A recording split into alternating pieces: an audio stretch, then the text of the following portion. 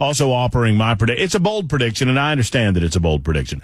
I would suggest to you that it is up in the air. It's 50-50 whether or not the Democrats replace Joe Biden at all. They have put themselves into this situation, and now they don't know how to get out of it. We have spoiled milk in the fridge, and there's nothing that they can do about it. Sorry, I dropped my pen. Dems are hilariously stuck. They know Joe is spoiled milk. They can't get rid of him, so what do? You know, in terms of the debate, they saw what happened during the debate. We all saw what happened during the debate, and so they turned that into, well, at least he didn't lie. At least Joe didn't lie about things. Well, they do lie. I mean, during the debate, Joe Biden said no troops died on his watch. Give me a break. I mean, we watched 13 American soldiers die in Afghanistan alone. Weren't there some troops that died just a couple months ago in Jordan? Of course. I mean, Joe Biden he's making things up. He's making things up. And it's easily fact-checked, but they don't fact-check Joe Biden on the mainstream media. They just fact-check Donald Trump. And they'll use Donald Trump's penchant for exaggeration and claim that he's lying. In the meantime, in real America, almost 3/4 of the American people believe that Joe Biden needs to be off the ballot. After his alarming debate performance, and alarming it was, 72% of the American population believe that the president of the United States does not have the current mental or cognitive health to serve as president. Our 72% of Americans believe that the sitting president doesn't have the ability to be president, cognitively. That's up from 65% of voters who said the same just weeks ago. That's a 7-point gain because of the debate alone. The same poll found that 35% of voters said Biden is mentally fit to serve as president, while just 27% of voters said the same in the more recent poll. 72% of voters say that Joe Biden should not be running for president of the United States of America. Here's even worse for them. 45% of Democrats say that he should not continue to run. Think about that. Virtually half the Democrats in the United States of America, virtually half of them say that he should not run. So what do? You need to soften this blow for Democrats, and you need to get over the Kamala problem. You cannot replace Joe with another white man and expect your identity blocks to hold. Remember, you're dealing with identity politics. In identity politics, you have to have oppressors and oppressed. In order to maintain that dynamic, you can't replace Joe with another white dude and skip Kamala. But with Jill Biden, you're bringing out the sensitive side. You're suggesting that she's the power behind the throne.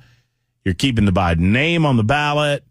Kamala Harris can work side by side. You act like it's an effort, a concerted effort to continue the ticket and continue the movement. It's all baloney. It's all Bravo Sierra. Just watch. They could pitch the whole thing as a woman's ticket for the first time in history. That's exactly right. And because let me tell you something. Have you seen Jill Biden on the stump? She's a hell of a lot better than Kamala Harris. One of the biggest mistakes they made was letting her intro him last Friday after the debate debacle, because she was so energetic and so powerful, comparatively speaking, that it just made him look so much worse when he got up there to talk. It is, you're right. It was an effort to repair, and they couldn't have Joe standing up there for 25 or 30 minutes, so they let Jill take the first 15 minutes, Joe take the last 10 minutes, and Jill made so much more sense. So just, write it down, put it in an envelope, date the envelope. Maybe we open that up later on and we see it. I just suggest to you that my experience indicates to me, if they can't go with Gavin Newsom, if they can't go down the road, this Wes Moore, is that his name? Governor, that they floated around because he's an African American. He's not moving the needle for anybody, and nobody knows who he is. You've only got 4 months. You need a name that everyone recognizes immediately. And Dr. Jill certainly fits that bill. Is she qualified to be president? She's no more nor less qualified to be president than Joe or Kamala. But you know what? She's over 35 years of age. She's a natural-born citizen of the United States of America, so there you go. Those are your qualifications, ladies and germs. That's about it. 144 on Super Talk 99.7 WTN. Lindsay's next in Pleasant Grove. Hello, Lindsay. Hello, Matt. How are you? Do you want me to roast you first or give you right down to the topic? You can do whatever you want. It's your time. It's your call, Lindsay. So you just go right ahead. It's not a Friday, but whatever you want. I'm going to roast you. Okay. You have 300,000 watts and you don't own an FM radio? You are the host of a talk radio show. You don't have an FM radio. Who told you I don't have an FM radio?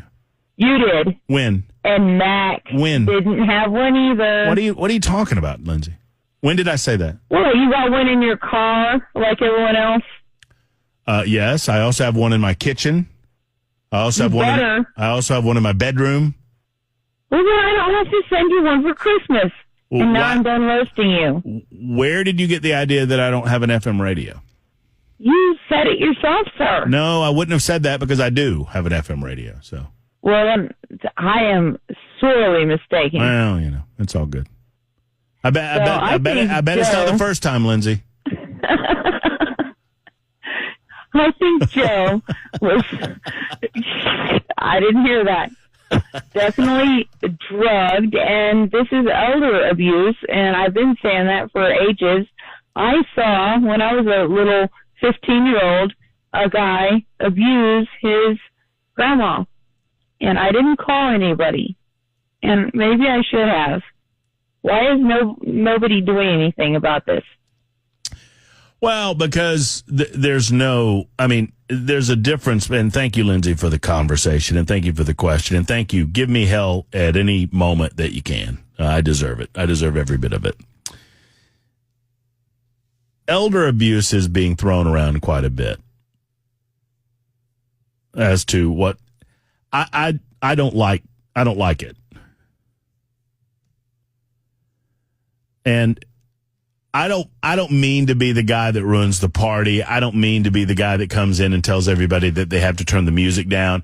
And I understand how many conservatives and libertarians are just loving life. It's elder abuse. They're abusing him. Jill Biden ought to go to jail. Look, nobody's abusing Joe Biden. I mean, Joe Biden doesn't know what's going. The United States of America is being abused.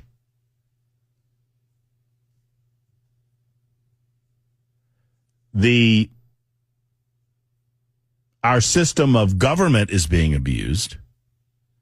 The idea that we are led in the executive branch by a president of the United States who is an elected leader, that entire concept is being abused. But I don't talk about this being elder abuse because I've seen elder abuse. And once again, I know that a lot of times people are just joking around, having a good time, but I've seen elder abuse, and I've seen stories about elder abuse where children and grandchildren take advantage of mom and dad or grandma and grandpa. They steal their Social Security checks and leave them eating dog food or whatever it might be. And I just, it's not really elder abuse, what's going on. It's ridiculous. It's country abuse. But, I mean, if you take any elderly person that doesn't know where they are or what they're doing and you tell them that they're president of the United States of America and then you walk them around and you give them free ice cream and you tell them to go on stage and read a script and they go on stage and they read a script and they don't know if they've done well or they've done poorly. I mean, did you see Joe Biden's face when Jill told, Joe, you did great. You said all the words and you answered all the questions. You get a gold star, buddy. Yay. It's a different thing. It's a different thing. I mean, it's sad, and we all recognize that Joe doesn't know, but it's not abuse. And once again, I don't want to be the guy pouring cold water on the part. I don't call it elder abuse because that's not what it is. It's country abuse. I mean, would not every single one of us take this? I mean, think about it. If I told Belle Kay, hey, Belle, we're going to dress you up in suits that you don't pay for. We're going to take you around to parts of the world. You don't have to pay a bit of it. You don't have to know where you're going. You don't have to know when you're going to get there. You don't have to know what we're doing. You don't have to know anything. You just have to read stuff when we tell you to read stuff. You have to do stuff when we tell you to do stuff. You have to comment when we tell you to comment. And for your trouble, you're going to get trips around the world. You're going to get free ice cream. And you get to call yourself President of the United States of America. And you have no responsibilities. And Belle Kay would say, I'm in. Or any of us would say it. So,